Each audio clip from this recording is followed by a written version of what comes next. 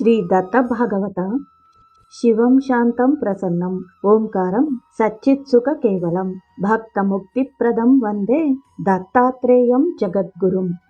ಭಾಗ 2 ಮಧ್ಯಮ ಕಾಂಡ ಶ್ರೀ ನವನಾಥ ಕಥಾಸಾರ. ಅಧ್ಯಾಯ 21. ಪೂರ್ವದಲ್ಲಿ ಅತ್ರಿ ಮುನಿಯಿಂದ ವಿಖ್ಯಾತಗೊಂಡ ನವವಿಧ ಭಕ್ತಿಯ ವರ್ಣನೆ. ಪೂರ್ವದಲ್ಲಿ ಅತ್ರಿ ಮುನಿಯಿಂದ ವಿಖ್ಯಾತಗೊಂಡ ನವವಿಧ ಭಕ್ತಿ ಮಾರ್ಗವು ಮುಂದೆ ಅತ್ರಿನಂದನ ದತ್ತಾತ್ರೇಯನ ಶಿಷ್ಯರಾದ ಕಾರ್ತವೀರ್ಯ, ಅಲರ್ಕ, ಆಯುರಾಜ, ಯದು ಮಹಾರಾಜ, ಭಕ್ತ ಪ್ರಹ್ಲಾದ ಮುಂತಾದವರು ಅಂತಹ ನವವಿಧ ಭಕ್ತಿಗಳಾದ ಸ್ಮರಣ, ಕೀರ್ತನ, ಶ್ರವಣ, ಸೇವನ, ಅರ್ಚನ, ವಂದನ, ದಾಸ್ಯ, ಸಖ್ಯ, ಆತ್ಮನಿವೇದನ ಭಕ್ತಿಯಿಂದ ಮಹಾಗುರುವಾದ ಶ್ರೀ ದತ್ತನಲ್ಲಿ ನಿರ್ವಾಣ ಸ್ಥಾನವನ್ನು ಪಡೆದರು. ಅಂತಹ ನವವಿಧ ಭಕ್ತಿಯಿಂದ ಅವರಲ್ಲಿ ಅನಾಯಾಸವಾಗಿ ಬ್ರಹ್ಮ ಸಾಕ್ಷಾತ್ಕಾರಗೊಳ್ಳಲು ಅವರು ಸ್ವ ಆತ್ಮಜ್ಞಾನ ಹೊಂದುವುದನ್ನು ನಾವು ಇದೇ ಮಹಾಗ್ರಂಥದ ಆದಿಕಾಂಡದಲ್ಲಿ ಆಲಿಸಿದ್ದೇವೆ. ಮುಂದೆ ದ್ವಾಪರದಲ್ಲೂ ಆ ನವವಿಧ ಭಕ್ತಿ ತತ್ವಗಳು ಪ್ರಸಿದ್ಧಿಯನ್ನು ಪಡೆದು ತದನಂತರದಲ್ಲಿ ದತ್ತಾತ್ರೇಯನ ಶಿಷ್ಯರಾದ ನವನಾರಾಯಣರೂ ಕೂಡ ನವವಿಧ ಭಕ್ತಿಯನ್ನು ಆಚರಿಸುವ ಮೂಲಕ ನವನಾಥರಾಗಿ ಭೂಲೋಕಕ್ಕಿಳಿದು ಭಕ್ತೋದ್ಧಾರದ ಕಾರ್ಯವನ್ನು ಕೈಗೊಂಡರು ಎನ್ನುವುದನ್ನು ಪುರಾಣ ಪ್ರಪಂಚವು ಸಾರಾಸಾರವಾಗಿ ಸಾರುತ್ತದೆ. ಅಂತಹ ನವವಿಧ ಭಕ್ತಿಯ ಕುರಿತಾಗಿ ಈ ಕೆಳಗಿನಂತೆ ವಿವರಿಸಲಾಗಿದೆ. ಸ್ಮರಣ ಭಕ್ತಿ. ಎಲ್ಲ ಭಕ್ತಿಗಳಲ್ಲಿ ಇದು ಶ್ರೇಷ್ಠವಾದುದು. ಭಗವತ್ ಪ್ರಿಯಕರವಾದ ಭಕ್ತಿ ಎಂದರೆ ಇದೇ ಆಗಿರುವುದು. ಸಹಸ್ರಾಂಗನು, ಸಹಸ್ರ ಸ್ವರೂಪಕನು, ಸಹಸ್ರನಾಮನು ಹಾಗೂ ಸಹಸ್ರ ಕರ್ಮಿಯೂ ಆಗಿರುವನು. ಸತತವು ಸದ್ಭಾವದಿಂದ ಸ್ಮರಿಸಲು ಸರ್ವಕರ್ಮಲವಾಗಿ ಸಹಜವೇ ನಿರ್ವಾಣ ಪದ ಪ್ರಾಪ್ತವಾಗುತ್ತದೆ. ಹೋಗುವುದು, ಬರುವುದು, ದುಡಿಯುವುದು, ಉಣ್ಣುವುದು, ತಿನ್ನುವುದು ಮುಂತಾದ ಎಲ್ಲಾ ಕ್ರಿಯೆಗಳಲ್ಲಿ ಭಗವತ್ ಸ್ಮರಣೆಯನ್ನು ತಪ್ಪದೇ ಹೃದಯದಲ್ಲಿರಿಸಿಕೊಂಡು ಆಚರಿಸಿದರೆ ಏನೊಂದು ಅಕರ್ಮತ್ವ ಉಂಟಾಗದು. ಒಟ್ಟಿನಲ್ಲಿ ಸ್ಮರಣೆಯಿಲ್ಲದೆ ಏನೊಂದೂ ವರ್ತಿಸುವುದಿಲ್ಲ. ಆದ್ದರಿಂದ ಸ್ಮರಣ ಭಕ್ತಿಯು ಎಲ್ಲದರಲ್ಲಿ ಶ್ರೇಷ್ಠವೆನಿಸುವುದು. ಕೀರ್ತನ ಭಕ್ತಿ. ಇದಾದರೂ ಭಾವಿಕರನ್ನು ಉದ್ಧರಿಸುವುದು.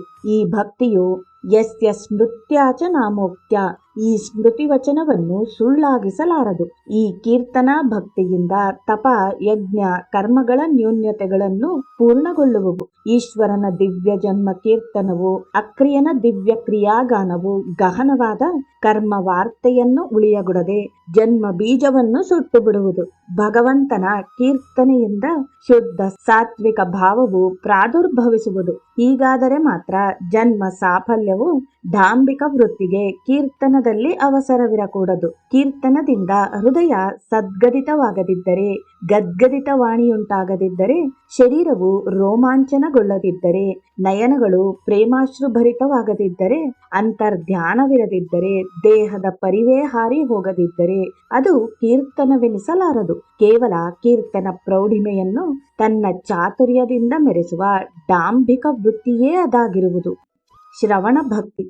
ಕೀರ್ತನ ಭಕ್ತಿಯಂತೆಯೇ ಶ್ರವಣ ಭಕ್ತಿ ಇರುವುದು.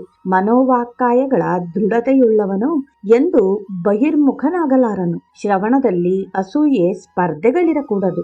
ದೃಢವಾದ ಶ್ರದ್ಧೆ ಇರಬೇಕು. ಶ್ರಾವಕನು ಬದ್ಧಾಸನಯುಕ್ತನಾಗಿರಬೇಕು.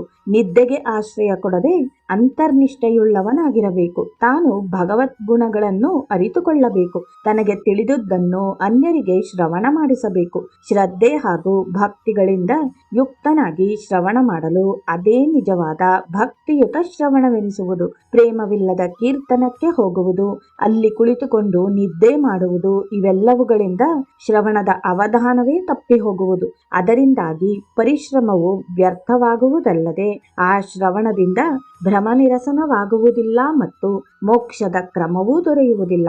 ಅಂದ ಮೇಲೆ ಅಂಥವರಿಗೆ ಆತ್ಮಸ್ವರೂಪದಲ್ಲಿ ವಿಶ್ರಾಮವೆಂತೂ ದೊರಕುವುದು.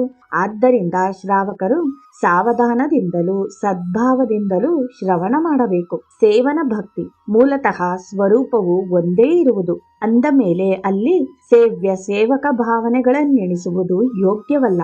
ವಿವೇಕ ವಿಚಾರಗಳಿಂದ ಉತ್ತಮ ಅಧಮಗಳನ್ನೆಣಿಸಬೇಕು. ಆದರೂ ಜನರು ಸ್ವರೂಪದಲ್ಲಿ ದ್ವೈತ ಭಾವವನ್ನಿಡುವರು. ಅನಾದಿ ಕಾಲದಿಂದಲೂ ಪ್ರವೃತ್ತಿಯನ್ನನುಸರಿಸಿಯೇ ಶ್ರುತಿಗಳು ಹೇಳುವುವು. ಅವುಗಳ ಯೋಗದಿಂದ ಮೋಕ್ಷ ಕರ್ಮ ದೊರಕುವುದು. ಅದರಿಂದ ಜನರು ಅನಾಯಾಸದಿಂದ ಉದ್ಧಾರ ಹೊಂದುವರು. ವಜ್ರಾಂಕುಶಯುಕ್ತ ಭಗವಂತನ ಪಾದ ಪದ್ಮಗಳನ್ನು ಭಕ್ತಿಯಿಂದ ಸೇವೆ ಮಾಡಿದ ಸಜ್ಜನರು ನಿಜವಾಗಿಯೂ ಮುಕ್ತರಾಗುವರು. ಅರ್ಚನ ಭಕ್ತಿ ಸಾಕಾರ ಮೂರ್ತಿಯನ್ನು ಕಲ್ಪಿಸಿಕೊಂಡು ಸರ್ವ ಭಾವದಿಂದ ಹಾಗೂ ಸರ್ವೋಪಚಾರಗಳಿಂದ ಪೂಜಿಸಬೇಕು. ತಮಗೆ ಇಷ್ಟವಾದ ಪ್ರತಿಮೆಯನ್ನು ಮಾಡಿಕೊಂಡು ಅದನ್ನು ದೇಹದಂತೆ ತಿಳಿದು ದೊರೆತಷ್ಟು ಉಪಚಾರಗಳನ್ನು ಸಮರ್ಪಿಸಿ ಸದ್ಭಾವದಿಂದ ಅರ್ಚಿಸಬೇಕು. ದಿನದ 3 ಕಾಲಗಳಲ್ಲಿ ಪೂಜಿಸಬೇಕು. ಹೀಗೆ ರೇಖಿಸಿಕೊಂಡ ಮೂರ್ತಿಯೇ ವೃತ್ತಿಯನ್ನಿರಿಸಿಕೊಳ್ಳಬೇಕು. ಇಂತಾದರೆ ಮಾತ್ರ ಬ್ರಹ್ಮ ಪದವಿ ದೊರಕುವುದು. ದೇವನ ಎದುರಿನಲ್ಲಿ ಕುಳಿತು ಏಕಾಗ್ರತೆಯಿಂದ ಪೂಜೆಯನ್ನು ಮುಗಿಸಬೇಕು ಹಾಗೂ ಅವನಲ್ಲಿ ಏಕಾಕಾರ ವೃತ್ತಿ ಹೊಂದಿ ನಿರಂತರವೂ ಗುರುದತ್ತ ಮಂತ್ರ ಜಪಿಸಬೇಕು. ಇದೇ ಅರ್ಚನೆ ಎಂಬ ಭಕ್ತಿಯು. ವಂದನ ಭಕ್ತಿ. ಈ ಭಕ್ತಿಯಿಂದ ವೃತ್ತಿಯು ಸಮತೆಗೊಳ್ಳುವುದು ಹಾಗೂ ಅಚಲ ಸ್ಥಾನ ದೊರಕುವುದು. ಎಲ್ಲ ಮಾನವರಿಂದ ಹಿಡಿದು ಕತ್ತೆ, ಕುದುರೆ, ನಾಯಿ, ಆಕಳು ಇತ್ಯಾದಿ ಪ್ರಾಣಿಗಳೆಲ್ಲವನ್ನೂ ಇನ್ನುಳಿದ ಸ್ಥಾವರ ಜಂಗಮಾತ್ಮಕಗಳೆಲ್ಲವನ್ನೂ ಸತತವೂ ನಮಸ್ಕರಿಸಬೇಕು. ಪರಿಪೂರ್ಣನಾದ ಭಗವಂತನು ಶರೀರದ ಚಾಲಕನಾಗಿ ಸಗುಣ ಸ್ವರೂಪದಿಂದಿರುವುದನ್ನು ಭಾವ್ಯಾರ್ಥದಿಂದಲೂ ಎಲ್ಲರ ಅಂತರ್ಯಾಮಿಯಾಗಿ ನಿರ್ಗುಣನಾಗಿರುವುದನ್ನು ಲಕ್ಷ್ಯಾರ್ಥದಿಂದಲೂ ಕಂಡುಕೊಳ್ಳುವುದು. ಆತ್ಮನು ಒಬ್ಬನೇ. ಆತನು ಸಚ್ಚಿತ್ತನು, ಸ್ವಯಮೇಕನೆಂದು ದೃಢಭಾವದಿಂದ ಅವನ ಅಸ್ತಿತ್ವವನ್ನು ತಿಳಿದು ನಮಸ್ಕರಿಸುವವರು ಅಚಲ ಪದವನ್ನು ಹೊಂದುವರು. ಒಬ್ಬರು ಇನ್ನೊಬ್ಬರನ್ನು ಎಂದೂ ನಿಂದಿಸಬಾರದು. ಅನ್ಯರ ಮನಸ್ಸನ್ನು ಎಂದು ನೋಯಿಸಕೂಡದು. ಸಕಲ ಭೂತ ಮಾತ್ರಗಳಲ್ಲಿ ದೇವತ್ವವನ್ನೆಣಿಸಿ ಎಲ್ಲವುಗಳಿಗೂ ನಮಸ್ಕಾರ ಮಾಡಬೇಕು. ಅದಕ್ಕೆ ಈ ಮಹಾಗ್ರಂಥವೇ ಸಾಕ್ಷಿಯಾಗಿದೆ. ದಾಸ್ಯ ಭಕ್ತಿ. ಕೇವಲ ಸೇವಕನಂತೆ ನಡೆದುಕೊಳ್ಳುವುದೇ ದಾಸ್ಯ ಲಕ್ಷಣವೆಂದು ಹೇಳಲ್ಪಡುತ್ತದೆ. ಸೇವಕನಾದವನು ತನಗಾಗುವ ಮಾನಾಪಮಾನಗಳನ್ನು ಅಲಸ್ಯಗಳನ್ನು ಬಿಟ್ಟು ಹಗಲಿರುಳು ಒಡೆಯನ ಅಂಕಿತನಾಗಿ ನಡೆಯುವಂತೆ ನಡೆಯಬೇಕು. ಸೇವಕನು ಉದರ ಪೋಷಣೆಯ ಬಗೆಗೆ ಚಿಂತಿಸಕೂಡದು. ಪರಮೇಶ್ವರನೇ ದಾಸನ ಯೋಗಕ್ಷೇಮದ ಭಾರವನ್ನು ವಹಿಸಿ ನಿಂತಿರುವನು ಎನ್ನುವವನನ್ನು ಮನಸಾ ನಂಬಿ ನಡೆಯಬೇಕು. ಸಖ್ಯ ಭಕ್ತಿ.